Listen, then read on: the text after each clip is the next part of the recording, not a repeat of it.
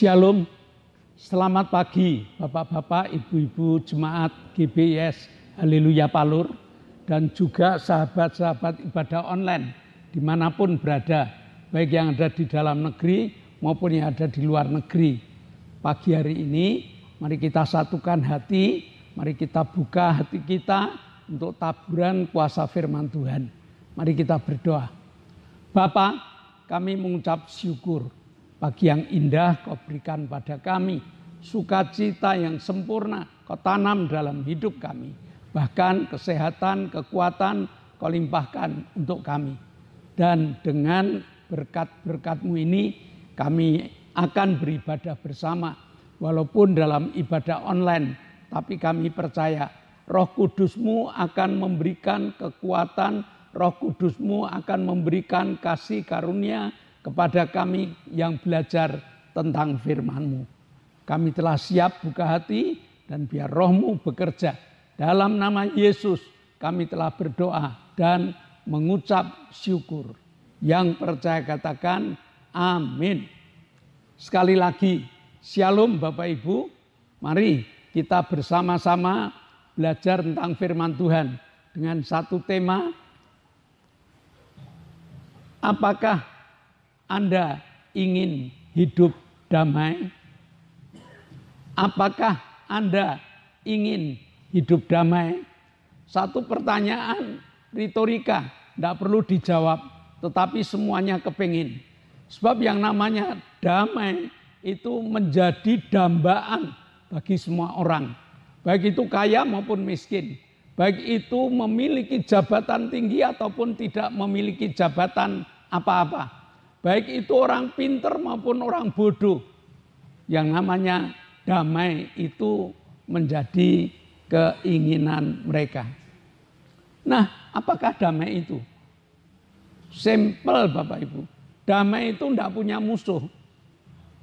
Ya, bukan masalah duit ini, bukan masalah harta, tetapi yang namanya damai itu tidak punya musuh.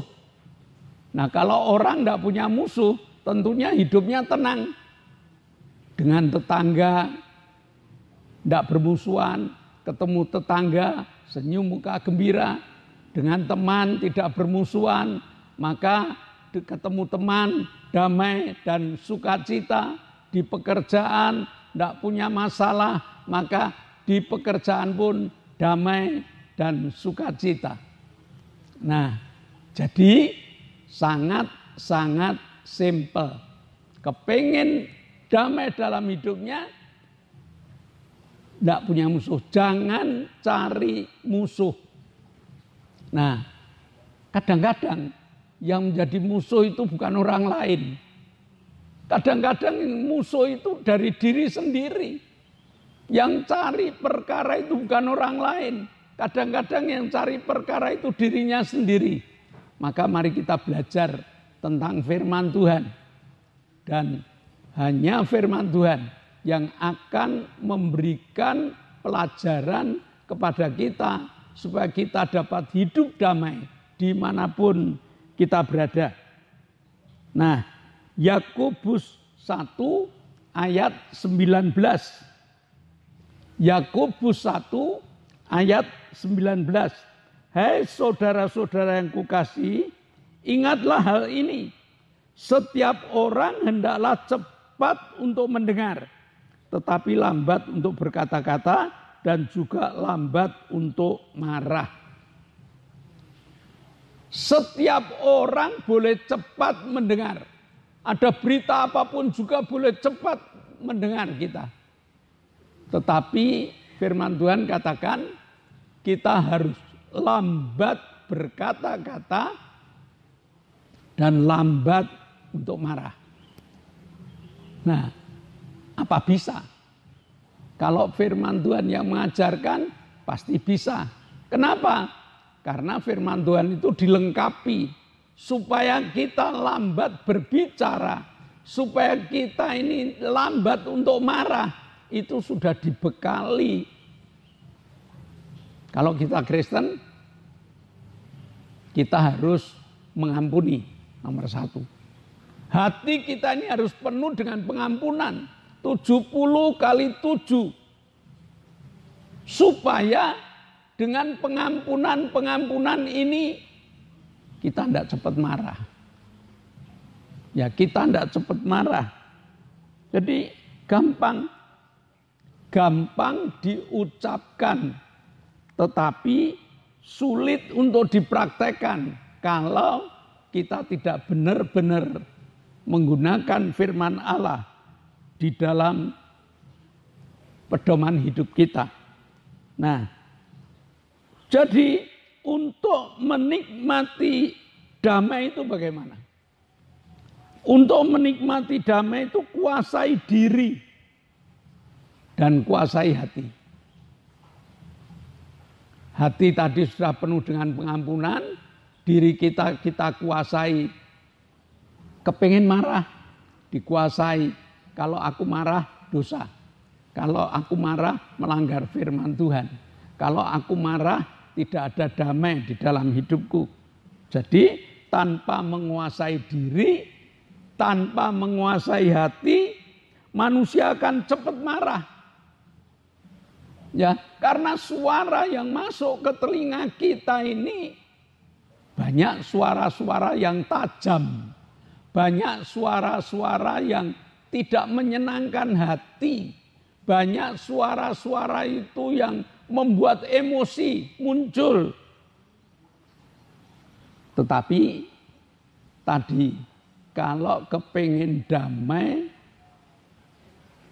jangan membuat musuh di dalam hidup kita.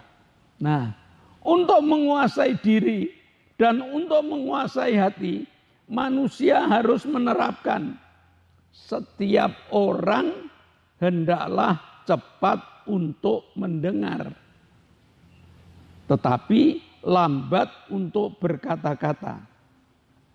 Nah, kemampuan kita mengendalikan diri, kemampuan kita menguasai hati akan membuat kita menikmati damai. Sebab begitu saya mendengar ada tuduhan, saya mendengar ada fitnahan, saya mendengar ada kata-kata kotor untuk saya. Tinggal kita pengen cari musuh atau pengen damai. Tuhan mengatakan jangan cepat berkata-kata. Diamkan sejenak. Periksa. Kenapa orang itu memfitnah saya? Kenapa orang itu memiliki kata-kata yang tajam terhadap saya? Mungkin dia dengar suara orang lain. Mungkin ada fitnahan-fitnahan terhadap hidup kita. Sehingga kalau saya jawab orang yang mengatakan kata-kata tajam tadi, kadang-kadang salah alamat. Karena mereka hanya sekedar mendengar dari beberapa sumber, ya, bukan sumber pertama. Dari sumber pertama ini muncul ada lagi, didengar orang, ditambah dan ditambah. Terakhirnya ada suara yang cukup keras, cukup tajam masuk ke telinga kita.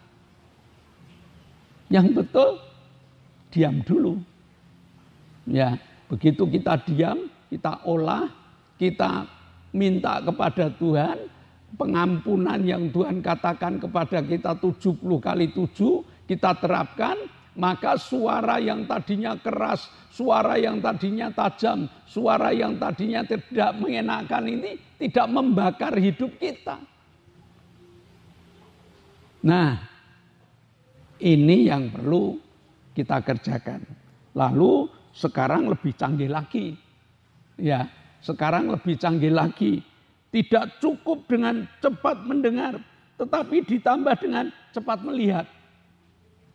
Ya, cepat melihat. Apa yang dilihat? Status, Bapak Ibu. Kita punya HP, kita punya teman, ratusan teman, ya, kadang-kadang dia pasang status. Status itu tidak ditujukan kepada kita, tetapi kita yang melihat terbakar sendiri. Nah, salah siapa ini? Salah siapa ini? Dia pasang status bukan untuk kita, tetapi kita merasa bahwa statusnya itu ditujukan pada kita. Ingat Bapak Ibu, setan itu licik, setan itu pinter, tipu muslihat setan itu halus. Sehingga dengan melihat status, hati kita berkobar. Dengan hati yang berkobar, datang kepada orang yang pasang status. Menanyakan, dia tertawa. Loh, saya buat status sendiri. Saya tidak tujukan pada kamu. Kenapa kamu marah? Ingat Bapak Ibu, status seringkali membakar hidup. Maka kepada Bapak Ibu yang suka melihat status, ya harus sabar. Jangan menuduh. Ya, Bapak Ibu yang suka membuat status, jangan membuat pancingan-pancingan yang membuat orang lain marah. Memang itu status yang buat saya sendiri, untuk kepuasan hati saya sendiri. Tetapi alangkah baiknya, alangkah indahnya kalau status itu bukan membuat marah orang, tetapi status itu membuat kebanggaan tersendiri. Saya seringkali melihat Bapak Ibu ada status yang dia makan dengan makanan-makanan yang dipotret lalu jadikan status. Kita mau marah, kita mau ngomong apa, kita mau komentar, salah sendiri kan? Ya, dan status ini status yang baik. Artinya baik bagaimana? Dia tidak nyinggung, dia hanya pengen menunjukkan saya beli makanan atau saya dapat makanan seperti ini. Terserah yang mau membaca status itu, terserah yang mau menduga status itu. Tetapi itu tadi, jangan memancing kemarahan orang lain. Ya, jangan membuat status yang orang lain memprediksikan atau orang lain menduga ini ditujukan pada saya atau ini ditujukan pada orang lain. Lalu kita menjadi alatnya setan ngompori orang lain. Ini untuk kamu loh, ini untuk kamu loh. Begitu kita melihat status, kita cari musuh. Maka bagi Bapak Ibu yang suka baca status, yang suka lihat status, nasihat saya,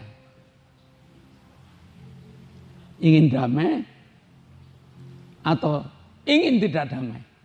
Kalau ingin damai, ya sudah, status apa, status siapa, status bagaimana, ya sudah, katakan itu bukan untuk saya.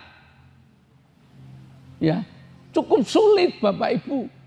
Tetapi perkembangan zaman modelnya seperti itu. Setan tidak hanya mengatakan cepat mendengar, tetapi dengan cepat melihat, hati tersulut dan marah. Nah, jika ingin damai, ya lambat bicara. Apapun yang kita dengar tidak perlu ditanggapi dengan keadaan emosi. Apapun yang kita lihat tidak perlu ditanggapi dengan emosi. Sebab damai atau tidak, itu kita sendiri yang membuat. Ya, saya kepengen tidak damai. Ada orang lewat saja saya marah kok. Ya, ada orang lewat naik motor, knalpotnya dibrong. Wah, sudah marahnya bukan main. Kok cari musuh toh? Sudahlah, itu kesenangan mereka, ya izinkan kesenangan mereka. Itu kepuasan mereka. Dengan berkata-kata kasar, dengan berkata-kata kotor, itu kesenangan mereka. Mereka merasa puas, ya silahkan mereka. kita jangan terusik dengan perkataan, kita jangan terusik dengan kata-kata kasar. Ataupun tadi, kita jangan terusik, kita jangan bingung dengan orang yang pasang status. Karena hari-hari ini seringkali saya dapat laporan, wah ini statusnya seperti ini statusnya seperti ini. Lah yang buat status mereka sendiri kok. Kita hidup di zaman yang terbuka. Ya, kalau ingin damai, jangan tanggapi. Kalau ingin damai, ya sudah biarkan mereka. Asalkan hati kita tetap tenang. Hati kita tetap terisi firman Tuhan yang mengatakan, ampunilah mereka. Karena mereka tidak ngerti apa yang mereka buat. Hati kita isi, kalau kita memiliki pengampunan, itu harus 70 kali 7. Artinya panjang sabar kita. Karena damai itu tidak dapat dibeli, damai itu dapat kita timbulkan sendiri. Mau dimanapun saya, dalam keadaan apapun saya, dalam keadaan ada suara atau tidak ada suara, kalau saya pengen damai, maka jaga hati, jaga pikiran, jaga mata, dan jaga mulut. Amin. Mari kita berdoa. Bapa, kami mengucap syukur, Kau Allah kami yang luar biasa. Hari-hari ini Tuhan, banyak sekali gangguan-gangguan yang kepengennya membuat kami tidak damai. Tetapi karena firman-Mu mengajar pada pagi hari ini, kami akan terapkan apa yang menjadi tuntutan firman Allah, yaitu cepat mendengar, lambat bicara, dan lambat marah. Harus kami miliki, harus ada terus-menerus di setiap langkah kami, sehingga dimanapun kami berada, dalam suasana apapun yang terjadi, damai ada di dalam hidup kami.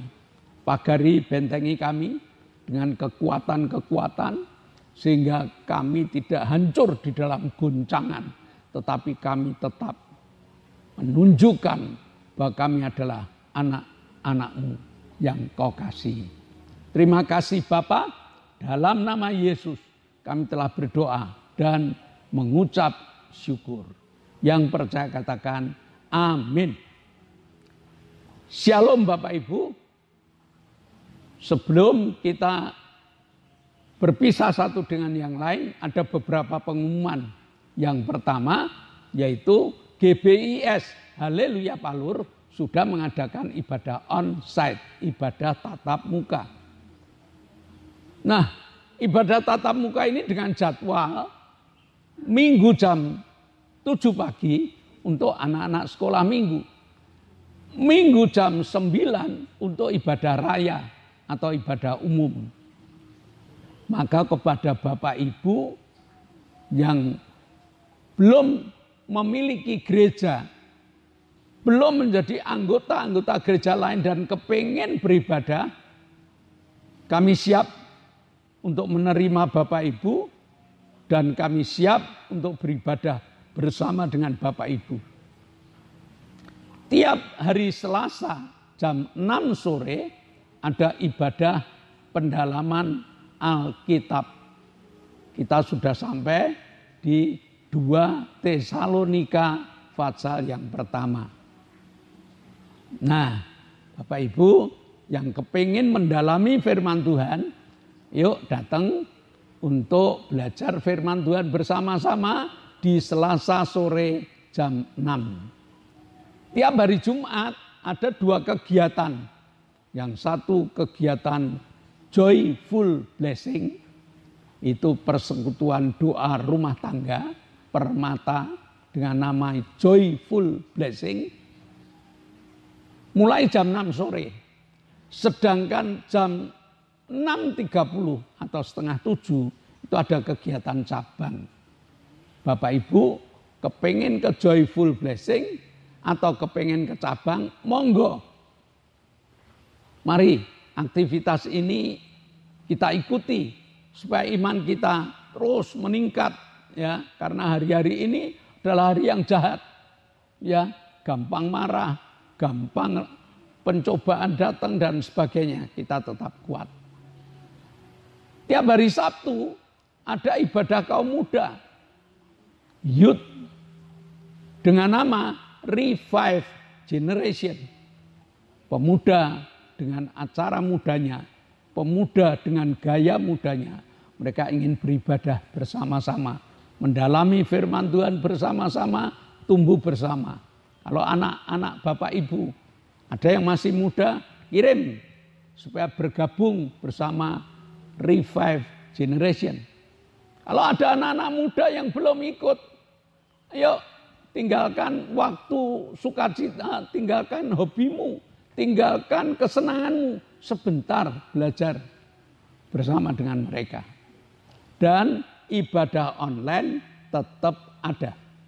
Karena dengan ibadah online ini kita dapat menginjil. Kita dapat memberitakan berita firman Tuhan ini ke seluruh muka bumi. Jadi Bapak Ibu, bagi Bapak Ibu yang ikut, yang pertama doakan kami supaya timnya sehat, semangat dalam melayani ibadah online ini. Doakan agar alat-alat yang kami pakai awet.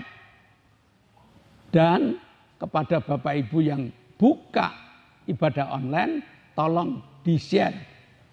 Minimal 5 Bapak Ibu, minimal. Kita punya teman yang cukup banyak. Siapa tahu dengan share yang kita berikan kepada mereka, terjawab doa mereka, terselesaikan masalah mereka melalui firman yang kita beritakan. Saya rasa cukup itu pengumumannya. Mari kita berdoa, mari kita tunduk kepala, kita berdoa. Bapa, kami mengucap syukur Engkau memberikan berkat kepada kami sehingga kami dapat mengikuti ibadah dengan baik. Dan saat ini sebelum kami berpisah satu dengan yang lain, berdoa untuk Ibu Gito yang kakinya sakit dan kadang-kadang sesek. Ibu Mintarsih pasca operasi belum dapat berduduk lama. Berdoa untuk Arin yang tulang-tulangnya rapuh. Berdoa untuk Ibu Maryati menginginkan kesehatan yang kuat untuk melayani Engkau. Bapak Ngadiman yang stroke ringan. Bapak Petrus Sutrisno yang gagal ginjal. Bapak Ishak yang sudah sepuh sehingga kekuatannya menurun. Kami percaya hanya tangan-Mu Tuhan yang mampu. Maka pada saat kami berdoa, tangan-Mu Kau tumpangkan. Kami tindak dalam nama Yesus. Jadilah sembuh. Dan untuk anak Hafid, buatlah pertobatan dalam hidupnya. Sehingga orang tuanya penuh sukacita dengan bertobatnya Hafid. Kami juga berdoa, mengucap syukur atas kesembuhan Pak Gito, atas kesembuhan Ibu Satinem, atas kesembuhan Ibu Bambang. Mereka sehat, kuat, siap untuk bersaksi. Terima kasih Bapak, kami telah menikmati berkat-berkat pemberian-Mu. Dan sebentar kami akan berpisah satu dengan yang lain. Namun kami percaya Engkau ada di tengah kami dengan membuka tingkap-tingkap langit-Mu dan mencurahkan segala berkat-Mu. Maka jemaat yang dikasihi Allah, kedangkanlah tangan-Mu. Nikmatilah berkat Allah yang diberikan kepada engkau. Terimalah berkat untuk rumah tanggamu. Berkat untuk usaha pekerjaanmu. Berkat untuk rancangan-rancangan hidupmu. Berkat jasmani, berkat rohani terus mengalir dan mengalir limpah. Sampai setiap orang yang ketemu engkau heran karena engkau diberkati. Dan jika kita pulang, bawalah berkat dari Allah Bapa, cinta kemurahan dari Tuhan Yesus Kristus, dan persekutuan Roh Kudus menyertai engkau mulai hari ini sampai Maranatha. Tuhan Yesus datang yang kedua kali. Yang percaya katakan amin. Shalom, Tuhan memberkati.